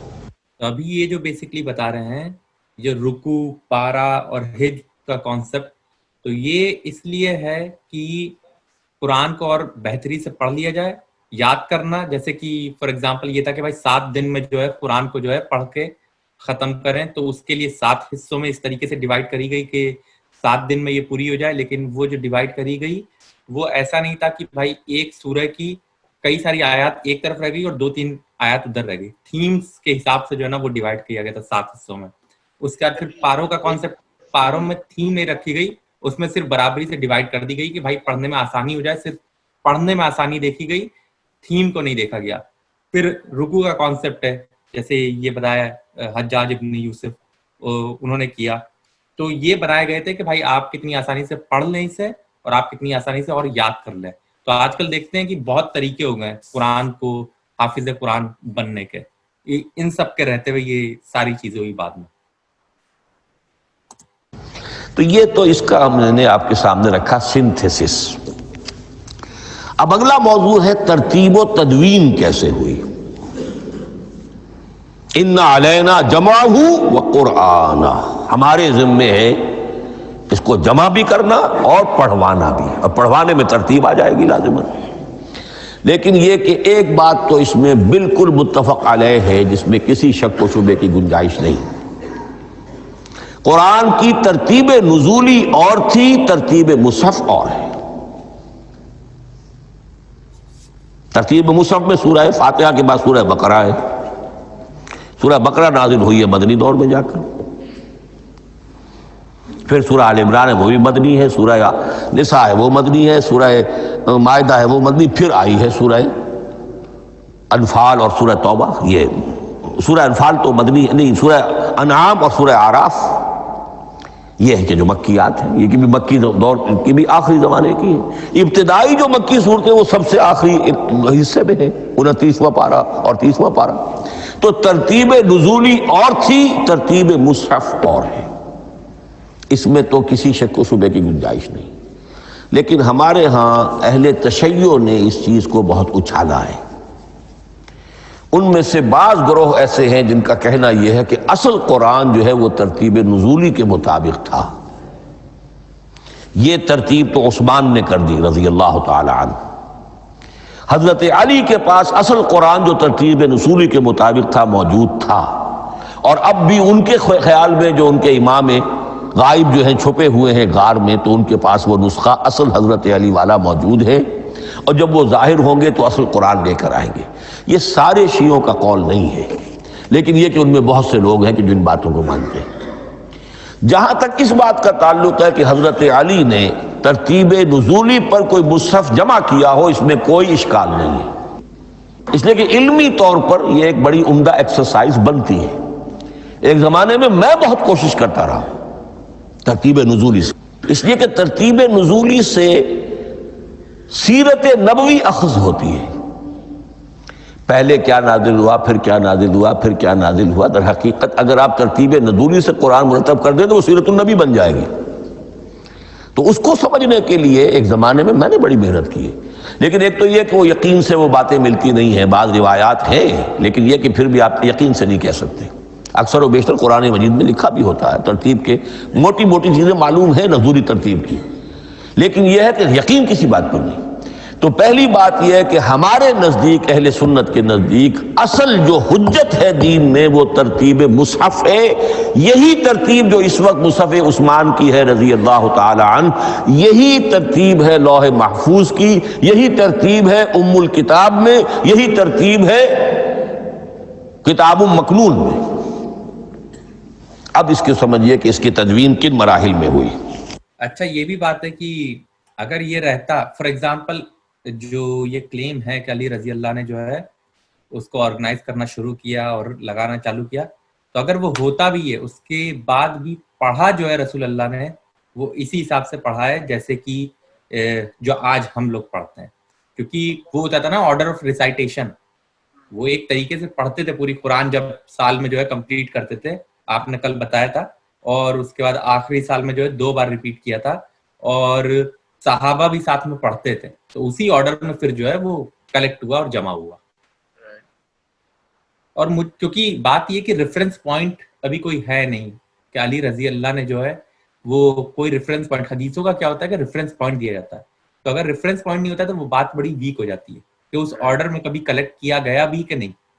تو جہاں تک صرف یہ میرے دماغ کی بات ہے، یہ ضروری نہیں ہے، تو یہ دماغ کی بات ہے کہ بھائی اللہ تعالیٰ نے کبھی اس آرڈر میں ارینج بھی نہیں ہونے دیا قرآن کو، کیونکہ پھر وہ ہو جاتا نا ایک کہیں نہ کہیں بیچ میں کشاکشی ہو جاتی ہے کہ بھائی یہ طریقہ تھا نزول ہونے کا، ہم تو اس میں پڑھیں گے، اور یہ طریقہ ہے کہ جو ہے نا اس پہ ریسائٹ ہو رہی ہے اس طریقے سے، ہم اس میں پڑھیں گے. تو میرا یہ ماننا ہے کہ ویسا کبھی ہوا ہی نہیں، یہ ماننا ہے، صرف غلط ہو سکتا ہوں میں. اور مطلب اگر ایک طریقے سے بات نوٹس بھی کی جائے تو جیسے انہوں نے بولا کہ یہ اہل تشیع مطلب شیعہ لوگوں کا کچھ لوگوں کا، شیعہ میں بھی پورے نہیں، کچھ لوگوں کا یہ تھا کہ مطلب کیونکہ یہ ایک بہت بڑا ٹاسک تھا کہ بھئی قرآن کو ایک کتاب کل میں رکھنے کا، تو حضرت عثمان کے زمانے میں ہوا یہ نہیں ہوا، یہ ابو بکر رضی اللہ کے بعد میں اس میں آئے گا جب یہ بتائیں گے.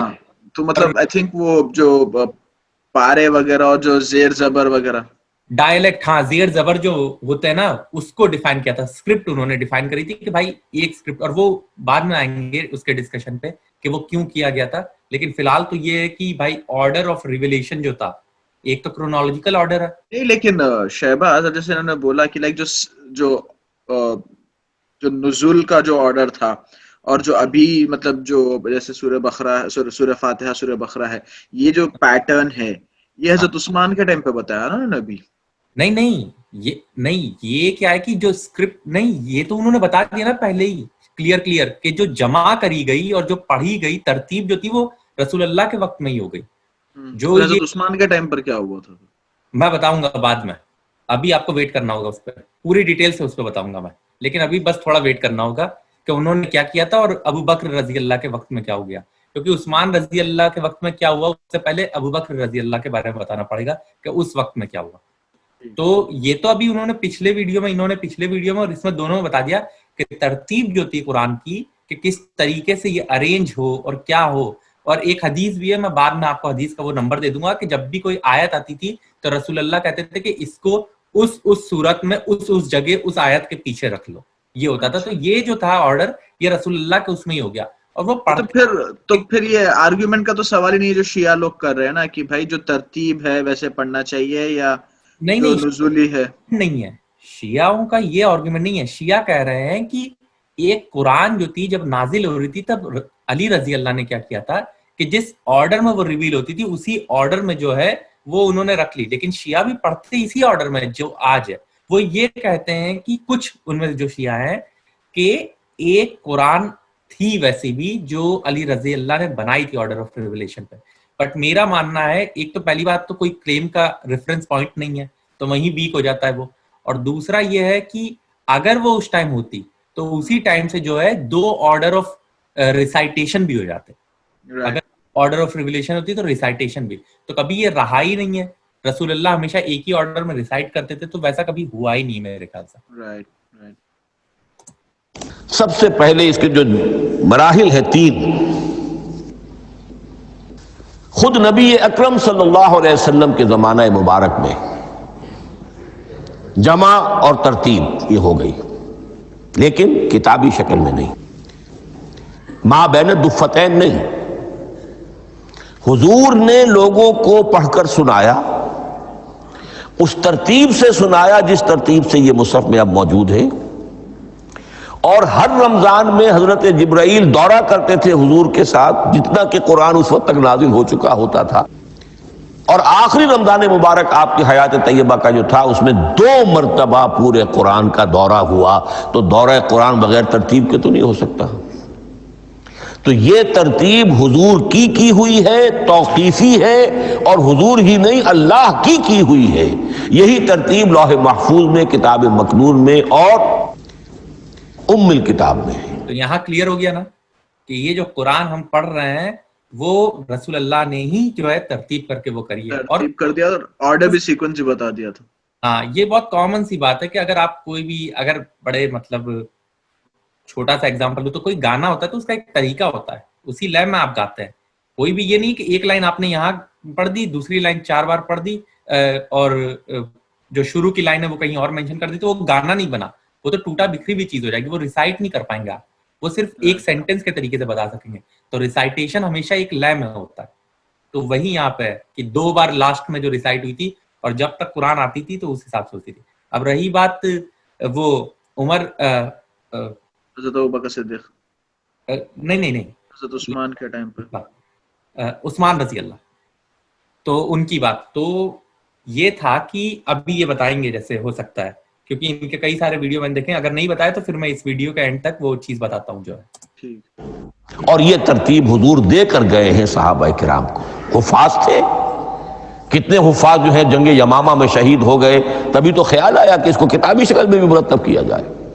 لیکن کتابی شکل میں جسے کہتے ہیں 2 گتوں کے درمیان ایک کتاب مجلد، اس صورت میں جہاں تک میں تحقیق کر سکا ہوں اور جہاں تک ہمارے اکثر و بیشتر لوگوں کی رائے ہے، حضور کے زمانے میں یہ اس طریقے سے ما بین الدفتین، 2 گتوں کے مابین ایک کتاب کی شکل میں قرآن موجود نہیں تھا۔ اچھا، یہ 2 گتوں کے بیچ میں جو ہوتی ہے ایسے موجود نہیں تھی، لیکن یہ جب بھی آتے تھے تو حدیثوں میں کئی ساری کہ کسی نے کھال پہ لکھ لی جانور کے، کسی نے پتھر پہ لکھ لی، جیسے کہ جب عمر رضی اللہ جب تک مسلمان نہیں ہوئے تھے، وہ اپنے بہن کے گھر کے پاس سے گزر رہے تھے اور انہوں نے ریسائٹیشن کی آواز سنائی دی تھی، تو وہ اندر گئے تو وہ لوگ جو کاغذ واغذ پہ لکھی ہوئی تھی اس کو چھپانے لگے تھے، تو تھوڑی تھوڑی کر کے یہ لکھی ہوئی تھی ہر جگہ، اور ریسائٹیشن میں پوری کے پوری لوگوں کو موجود تھی۔ لوگوں کے سینوں میں محفوظ تھا، جیسے محمد الرسول اللہ کے سینے میں محفوظ تھا۔ ان علینا جمعہ، وہ جمع حضور کے سینے میں کیا اللہ نے۔ اسی طرح پھر صحابہ کرام بے شمار جو حفاظ تھے ان کے سینوں میں محفوظ تھا۔ دوسرا مرحلہ کب آیا؟ جب حضرت ابوبکر صدیق کے عہد خلافت میں جنگ یمامہ میں بہت سے حفاظ شہید ہو گئے۔ اب ایک تشویش پیدا ہوئی، ایسا نہ ہو کہ قرآن ضائع ہو جائے، لہذا اسے کتابی شکل میں مرتب کر لینا چاہیے۔ اس کے لیے پھر بہت سے صحابہ نے حضرت ابوبکر کو اپروچ کیا کہ جتنے قراء ہیں، جتنے کاتبین وحی ہیں، ان سب کو آپ جمع کیجئے اور جمع کر کے اس قرآن مجید کو ایک کتاب کی شکل میں جمع کر لیں۔ حضرت ابوبکر شروع میں بہت ریلیکٹنٹ رہے، ان کا ایک خاص مزاج تھا، اتباع رسول کا جذبہ انتہا درجے کا۔ جو کام حضور نے نہیں کیا میں کیسے کروں؟ اگر تو یہ کام واقعی کرنے کا تھا تو حضور کرتے، میں کیسے کروں؟ لیکن یہ کہ جب صورتحال بہت لوگوں کی طرف سے دباؤ پڑا کہ نہیں یہ کر لینا چاہیے، ان کے سامنے بھی حکمت آ گئی، تو پھر انہوں نے اتفاق کرتے ہوئے جتنے بھی کاتبین وحی تھے ان سب کی ایک کمیٹی بنائی اور ان کو کہا کہ اب اس قرآن کو مرتب کر کے ایک کتابی شکل دے دی جائے۔ وہ کتابی شکل حضرت ابوبکر کے دور میں ہو گئی۔ تیسرا مرحلہ کیا ہے؟ یہ کتابی شکل میں جب قرآن مجید آ گیا اور شروع میں یہ اجازت تھی کہ ہر قبیلے، ہر علاقے کے لوگ اپنے لہجے میں پڑھ لیں، اب پنجابی ہمارا مسلمان جو ہے وہ چاقو کو کاچو کہے گا تو وہ لکھے ہوئے کو بھی چاقو کو کاچو پڑھ کے نکلے جائے گا. تو مختلف لہجوں میں ہونے سے وہ ان کا جو ہے قرآن مجید بدل رہا تھا. کوئی کسی طرح پڑھ رہا ہے, کوئی کسی طرح پڑھ رہا ہے. اب اس کی تشویش ہوئی حضرت عثمان کے زمانے میں, جب دور بہت پھیل گیا, اسلام کا دائرہ, دارالاسلام کی وسعت بہت ہو گئی, کہ اس طرح اگر یہ لوگ پڑھیں گے اور اپنے اپنے لہجے کی وجہ سے, اب اس لہجے میں شکل بدل بھی جاتی ہے لفظ کی. کاچو کو کاف الف چے واو لکھنا شروع کر دیں گے پھر, کہ کاچو سنا ہم نے تو چاقو تو سنا ہی نہیں. تو ایک لفظ جو ہے چاقو لکھ رہا ہے اور ایک کاچو لکھ رہا ہے, تو چاقو اور کاچو میں فرق ہو گیا.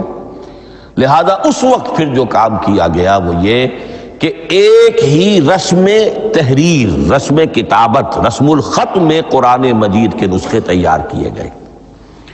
اصل میں ایک بہت بڑا مغالطہ ہو جاتا ہے ہمارے جمعوں کے خطبوں میں.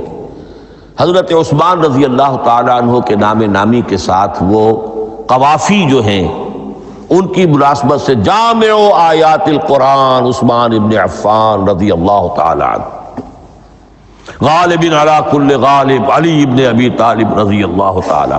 اب یہ جو جوڑتے ہیں قافیے, تو حضرت عثمان کے نام کے ساتھ یہ قافیہ جوڑ دیا. اس سے لوگوں کو مغالطہ بھی ہوا اور دشمنوں نے ایکسپلائٹ کیا کہ اس کا مطلب یہ ہے کہ قرآن تو جمع ہوا ہے حضرت عثمان کے زمانے میں, اور حضرت عثمان کے زمانے میں اور حضور کے زمانے میں کم و بیش 15 سال کا فصل تو ہو چکا. گویا کہ قرآن مرتب ہی ہوا ہے حضور کے انتقال کے 15 برس بعد.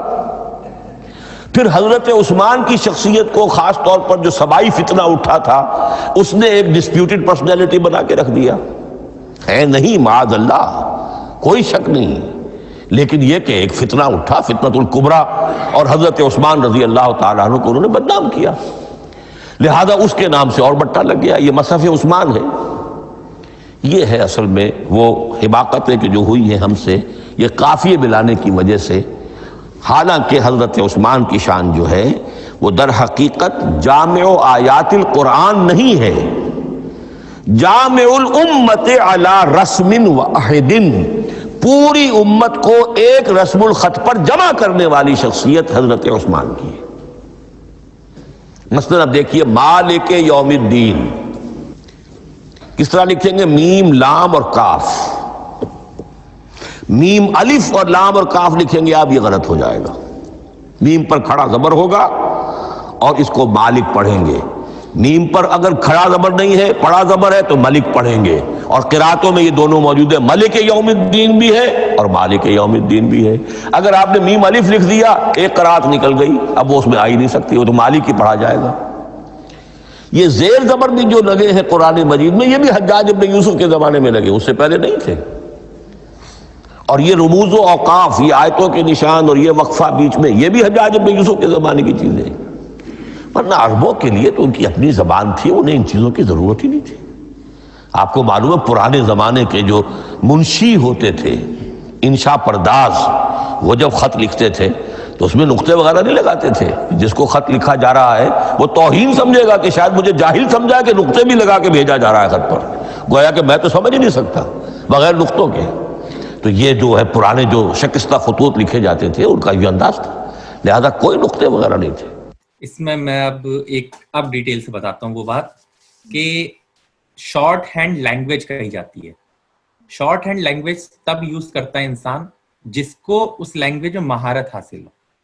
For example I am going, مجھے, آپ کو, نظام بھائی, تینوں لوگوں کو انگلش پتا ہے, تو ہم لوگ جب موبائل میں ٹائپ کرتے ہیں کیا لکھ دیتے ہیں, آئی اے ایم کی جگہ صرف ایم لکھ دیتے ہیں, اور گوئنگ میں او اور آئی ہٹا کے جی این جی لکھ دیتے ہیں. لیکن جب آپ پڑھو گے اسے تو آئی ایم گوئنگ ہی پڑھو گے. Why? Because you know that language, I know that language, ہم دونوں جانتے ہیں. لیکن اگر کوئی ایسا شخص جس نے ابھی انگلش کی شروعات کری ہے, اسے کچھ بھی نہیں پتا ہے, وہ یہ I M G N G کو لے کے اپنے دیش میں جائے گا اور وہاں پہ اس سے جو ہے سمجھنا چالو کرے گا, تو وہ جی این جی کو کچھ اور بھی پڑھ لے گا, گائنگ, گوئنگ, گاانگ, اور یہاں پہ پرابلم ہو جائے گی. تو یہ عثمان رضی اللہ نے جو ہے اپنے وقت پہ کیا تھا کہ قرآن کے جو ہیں واویل اور ساری چیزیں کس طریقے سے اسکرپٹ لکھی جائے, کیونکہ جب عرب جو تھا وہاں سے باہر بھی جانے لگی قرآن, تو وہ آتے تھے, وہ جو قرآن لے کے جاتے تھے وہ تو یہ ہوا کہ بھائی شارٹ ہینڈ والی ہے, اس میں جو ہے یہ واول وغیرہ ایسے نہیں لکھا جا رہا ہے, کیونکہ ان کو پتا تھا وہ لوگ عرب. لیکن وہاں پہ جو گئی ہے تو وہاں پہ یہ پرابلم ہو جاتی تھی, کیونکہ وہ وہاں جا کے پھر پڑھنے کے ریسائٹیشن چینج ہو جاتے تھے. اسی طریقے سے جو میں ایک مین ایگزامپل دیتا ہوں کہ YHWH, اس کو آپ پڑھیے ذرا. YHWH, ہاں, اس میں کوئی بھی واول نہیں ہے. کیسے پڑھیں گے پتہ نہیں. یہ تو بھائی, تو یہودی جو تھے تورات میں اللہ نے اپنا ایک نام بتایا تھا یہودیوں کو, لیکن یہ جب ڈائسپورا سٹارٹ ہوا اور یہ باہر چلے گئے اور ان کا کوئی اوریجنل تورات نہیں رہی اور ان کی ہبرو زبان بھی چینج ہو گئی, تو یہ جو لفظ تھا یہ پڑھنا بھول گئے کہ یہ کیسے تھا. جب انہوں نے ٹرانسلیٹ کیا تو ان کو وہ لفظ ملا, کیونکہ یہ اوریجنل سے انہوں نے ٹرانسلیٹ کیا, تو ان کو بس ملا لکھت میں, انگلش میں ٹرانسلیٹ کرنے میں YHWH. اسے وہ لوگ کہتے ہیں گرامیٹیکل کچھ کر کے لفظ ہے وہ یوز کرتے ہیں. تو کچھ لوگ بولتے ہیں اسے یہووا, کچھ کہتے ہیں یاہوے, کچھ کہتے ہیں یاہوا. تو یہ ان کو خدا کا لفظ ہی وہ بھول گئے کہ کیسے ریسائٹ کرنا ہے. ورڈ تو محفوظ ہے YHWH, لیکن لے کیا ہوگی یہووا کہ یاہوے. اگر آپ YE لکھ دو گے تو یہووا YE جو ہے یہووا ہو جائے گا, YA لکھ دیں گے تو یاہوے ہو جائے گا, WE بعد میں کر دیں گے تو یہ ہو گیا کہ آپ ایک ہی ورڈ کو کیا کہتے ہیں 10-12 طریقے سے ریسائٹ کر سکتے ہیں اگر ڈفرینٹ آپ نے واول یوز کر دیے, لیکن ترجمہ ٹرانسلیشن جو ہوا وہ سیم ہوگا. تو یہی پرابلم ہو رہی تھی کہ ریسائٹیشن جو ہے بہت سارے ہو جائیں گے. تو عثمان رضی اللہ نے کیا کرا کہ ان سارے ریسائٹیشن کو لائے اور ان کو جو ہے جلا دیا, اور ایک جو مین ریسائٹیشن وہاں کا ہے جو عرب ریسائٹ کر رہے تھے, جو وہاں کے جس طریقے سے پروفٹ محمد نے بتایا, تو اسی کے لیے اسکرپٹ بنا دی کہ جیسے الف لگا دو یہاں پہ, تم باہر والوں کو سمجھ میں نہیں آتا تو شارٹ ہینڈ کی جگہ الف یہاں پہ لگا دو, یہاں پہ زیر ہو جائے, یہاں پہ یہ چیزیں ہو جائے. اور یہ آگے جا کے اور زیادہ ایوالو ہوئی, جیسے کہ اب الف کی جگہ آپ زبر لگا دو, یا پھر جو ہے نا نیچے والے الف کی جگہ زیر لگا دو آپ, تو یہ سب طریقے ہونے لگے. 2 نون کو ملا کے وہ بنا دیجیے آپ, تجدید جسے کہتے ہیں. تو یہ طریقے ہو گئے کہ ریسائٹ کرنے کے, اور اسے ہی کہتے ہیں رسم کیا ہے کہ گرامر جو تھی وہ رسول اللہ اور اللہ نے ڈیسائیڈ کر دی, لیکن اس گرامر کو لکھنے کا جو طریقہ تھا وہ جو ہے پھر عثمان رضی اللہ نے بتا دیا کہ لکھیے ایسے. اگر آپ لکھیں گے صحیح سے نہیں تو جو عرب ہے ان کو تو پتا ہوگا, لیکن نان عرب جو عربک سیکھ رہے ہیں وہ پرابلم کریٹ کر دیں گے, پڑھنے میں ڈیفرنٹ آ جائے گا. صحیح. ہاں, یہ بھی بات میں لگے. تو ملک یوم الدین, مالک یوم الدین, اس کی رسم آئے گا میم لام کاف, کھڑا زبر ہے مالک یوم الدین اور ویسے پڑا زبر ہے ملک یوم الدین. یہ رسم الخط ہے جس پر کہ حضرت عثمان رضی اللہ تعالی عنہ نے پوری امت کو جمع کر دیا, اور اس کے نسخے تیار کرا کے, مختلف روایات میں آتا ہے 5 یا 7 نسخے تھے, ایک مدینہ منورہ میں رکھا اپنے پاس, اور اسی پر ان کے خون کے دھبے بھی ہیں, اور وہ نسخہ قرآن مجید کا اب استنبول کے اندر ہے. توپ کاپی کا جو عجائب خانہ ہے, عجائب گھر ہے, جس میں جہاں نوادرات کے ساتھ ساتھ حضور کے بھی کچھ تبرکات اور جمع ہیں, وہاں وہ نسخہ موجود ہے. اس میں انگلی جو کٹی تھی حضرت نائلہ جو ان کی اہلیہ تھی, جب وار کیا گیا ہے حضرت عثمان پر, قرآن پڑھ رہے تھے, انہوں نے روکا اپنے ہاتھ سے تو ان کی انگلی کٹی اور اس کے خون کے قطرے جو ہیں وہ مصحف پر آئے. تو یہ وہ قرآن.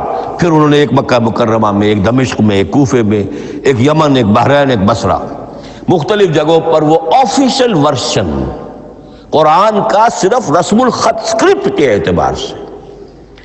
لیکن اب پھر نوٹ کر لیجئے, قرآن مرتب ہو چکا, مدون ہو چکا دور نبوی میں, لیکن کتابی شکل میں نہیں, سینوں میں محفوظ.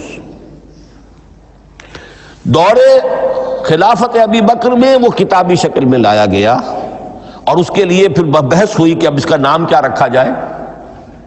اس کے لیے کئی نام تجویز ہوئے, سفر بھی, انجیل بھی, وغیرہ وغیرہ. لیکن پھر اس کو حضرت عبداللہ ابن مسعود رضی اللہ تعالیٰ عنہ نے اہل حبشہ سے استشہاد کرتے ہوئے مصحف نام رکھا. مصحف, یہ مصحف بن گیا حضرت ابو بکر کے زمانے میں. لیکن مصحف کی قرأت کے جو فرق ہو رہے تھے تو وہ لکھنے کے اندر بھی فرق آنا شروع ہو گیا. اس کو دور کیا حضرت عثمان نے، اس کا آفیشیل ورژن تیار کروایا، ایک رسم الخط پر پوری امت کو جمع کر دیا، باقی جو نسخے تھے انہیں آپ نے پھر ضائع کر دیا تاکہ کوئی اور یہ نہ رہے کہ اب یہ بھی ایک تھا پرانا نسخہ نکل آیا اس میں تو یہ لفظ اس طرح لکھا ہوا ہے۔ تو جامع الامت علی رسم واحد، ایک ہی رسم الخط پر پوری امت کو جمع کرنے والی شخصیت وہ حضرت عثمان کی ہے رضی اللہ تعالی عنہ۔ بہرحال یہ نوٹ کیجئے کہ یہ مرحلہ بھی حضرت عثمان کے زمانے میں تو یوں سمجھیے کہ حضرت عثمان کا پورا عہد بھی آپ جوڑ لیں تو آپ کی جو شہادت ہے وہ تقریباً یوں سمجھیے کہ حضور کے انتقال کے وہ 25 برس بعد ہے، گویا ربع صدی کے اندر اندر حضور کے انتقال کے بعد چوتھائی صدی کے اندر اندر سارے مراحل طے ہو گئے۔ یہی وجہ ہے میں نے شروع میں آپ کو بتایا تھا کہ پوری دنیا یہ مانتی ہے کہ آج جو قرآن مسلمانوں کے پاس ہے یہ ہے وہی جو محمد عربی صلی اللہ علیہ وسلم نے اپنی امت کو دیا تھا۔ یہ دوسری بات ہے کہ ہم سمجھتے ہیں کہ محمد عربی صلی اللہ علیہ وسلم کو یہ اللہ کے کلام کی صورت میں حضرت جبرائیل نے پہنچایا تھا، وہ اس کو نہیں مانتے، لیکن یہ حصہ اس کا ماننے پر مجبور ہے کہ وہ اصل قرآن اپنی اسی انٹیگریٹی کے ساتھ، اپنے پوری پیور اس کا جو بھی ہے ٹیکسٹ پیور ہے اور اس کی انٹیگریٹی میں کوئی شک و شبہ کی گنجائش نہیں ہے کہ یہ وہی شے ہے جو محمد نے اپنی امت کو عطا فرمائی تھی صلی اللہ۔ دیکھیے پہلے کیا ہوتا تھا کہ اگر کوئی اسلاموفوب بھی ہے تو وہ تھوڑا پڑھا لکھا رہتا تھا، وہ تھوڑی عزت کرتا تھا سامنے والے کی، تو وہ ان سب چیز پہ کہتا تھا کہ بھائی قرآن تو ہے، وہ پڑھا لکھا انسان ہے، اس نے پڑھا ہے کہ قرآن جو ہے محفوظ ہے، یہ سب ہے۔ لیکن اب جو اسلاموفوب آ رہے ہیں انٹرنیٹ کے ذریعے وہ الگ ہی جاہل طور پہ آ رہے ہیں، وہ اپنی منطق بنانے لگتے ہیں، نہیں قرآن بھی بدلا ہوا ہے۔ ارے بھائی آپ اپنے ریفرنس پوائنٹ تو رکھیے، کیا رکھ رہے ہو آپ؟ وہ قرآن آپ حدیثوں سے جانو گے، آپ قرآن پڑھ رہے ہو، آپ عربک پڑھو، آپ ساری چیزیں کرو، اس کے بعد کلیم کرو کچھ، آپ وہ دو نسخے لے آؤ قرآن کے جو الگ الگ ہوں اور ان کو آفیشیل قرآن سے میچ کر لیجئے اور ان کو ٹرانسلیشن پرووائڈ کریے کہ یہ دیکھیے کانٹراڈکٹ کر رہا ہے، تو وہ کبھی نہیں کرے گا، لیکن وہ بس بولے گا کیونکہ اس کو اب ایک مقصد لے کے آتا ہے دماغ میں۔ پہلے کیا ہوتا تھا کہ چلیے جانتے ہیں قرآن کیا ہے، اسلام کیا ہے، اور اس میں ان کو جو پرابلم لگی ہو تو لگی ہو، لیکن اب کیا ہے کہ قرآن اسلام کو جانے بغیر کیا ہے، پہلے دماغ میں ایک غلط چیز بنا لو اور اس کے بعد اس طریقے سے دیکھنا چالو کرو۔ بس لفظ بولنا ہے، بس بنا کیا بس لفظ بولنا ہے، بس بنا سوچے سمجھے بول رہا ہوں کرٹکس کو۔ ایک آخری بات چل، میرے پاس 3 منٹ ہیں۔ یہ جو میں نے آپ کو ترتیب بتائی تھی قرآن کی، آیتیں، سورتیں، پھر حزب، اب اس میں ایک شے نوٹ کر لیجئے۔ آیت اللہ تعالیٰ کے علم و حکمت کا ایک نمونہ ہے، آیتوں کو جوڑ کر جب سورت بنائی تو آیتوں کے اندر جو ربط ہے، اس ربط آیات سے ایک اور معنی، ایک اور حکمت کا دروازہ کھلتا ہے۔ جیسے موتی ہے، ہر موتی بڑا خوبصورت ہے، لیکن جس ترتیب سے آپ نے پرویا، اس کو دھاگے میں ہار بنایا، اس ترتیب سے اس کا حسن دوبالا ہو جائے گا۔ ہر موتی کا اپنی جگہ پر ایک حسن ہے، لیکن اس ترتیب کی وجہ سے اس کے حسن کا ایک اور پہلو ظاہر ہوگا۔ اسی طرح قرآن مجید کی صورتوں میں ربط آیات بہت اہم ہے۔ ایک مرکزی مضمون ہوتا ہے ہر صورت کا، مرکزی مضمون، عمود، اور اس کے گرد وہ ساری آیتیں اس طریقے سے گھوم رہی ہوتی ہیں، جڑی ہوئی ہوتی ہیں، جیسے کہ ایک دھاگے کے اندر پروئے ہوئے موتی ہوتے ہیں کہ جس کی جو ہار کی شکل اختیار کرتے ہیں۔ دوسری بات یہ، اکثر و بیشتر صورتیں قرآن مجید میں جوڑوں کی شکل میں ہیں، ایک مضمون کا ایک پہلو اس جوڑے کے ایک فرد میں اور دوسرا پہلو اسی کا دوسرے فرد میں۔ جیسے معوذتین، 2 صورتیں ہیں، مضمون ایک یہ تعوذ، معوذتین، الزہراوین، سورہ بقرہ سورہ آل عمران کو کہا گیا الزہراوین، حضور نے فرمایا 2 نہایت تابناک صورتیں، بڑی روشن صورتیں۔ جیسے آپ دیکھیں گے یا ایھا المدثر یا ایھا المزمل قم اللیل الا قلیلا یا ایھا المدثر قم فانذر۔ اچھا دیکھیے ابھی پھر ایک اور وہ مل گیا کہ رسول اللہ کے زمانے میں ہی، کیونکہ رسول اللہ نے ہی بتایا سورہ بقرہ کو پڑھیں تو شیطان بھاگ جاتا ہے اور اس کی جو خوبصورتی ہے وہ بیان کری. تو سورہ بقرہ ایک بار میں تو ریویل نہیں ہو گئی نا پوری, تو اس کا مطلب ہے کہ وہ ارینج ہو گئی تھی. اور سورہ پہلے ہے وہ بھی, کیونکہ سورہ بقرہ تو اس کو نہیں کہا گیا تھا, سورہ تو نام رکھا گیا ہے, تو یہ بھی بتا دیا کہ اس کا نام سورہ بقرہ ہونا چاہیے. تو ساری چیزیں جو ہیں وہ رسول اللہ کے وقت میں ہو گئی. ایک ہی طرح کا اٹھان ہے, حضور سے خطاب ہو رہا ہے. سورۃ الضحیٰ, سورۃ الانشراح, یہ تمام جوڑوں کی شکل میں.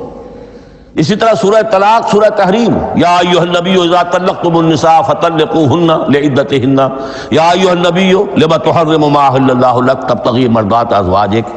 شوہر اور بیوی کے درمیان تعلق یا تو اتنا گہرا ہو جاتا ہے کہ ایک دوسرے کے لحاظ میں وہ حدود خدا بندی ٹوٹنے لگے, بیوی کی وجہ سے آپ نے کسی حرام شے کو حلال کر لیا یا حلال کو حرام کر لیا, بیوی کو ناپسند ہے وہ شے.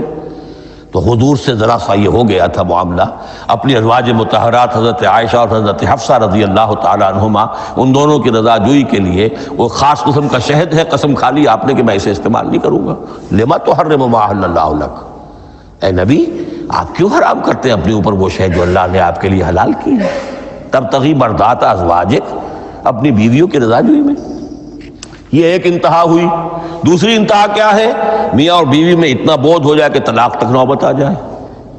تو سورۃ التحریم ایک انتہا کو بیان کر رہی ہے, سورہ طلاق اگلی اس کے ساتھ جڑی ہوئی وہ دوسری انتہا کو بیان کر رہی.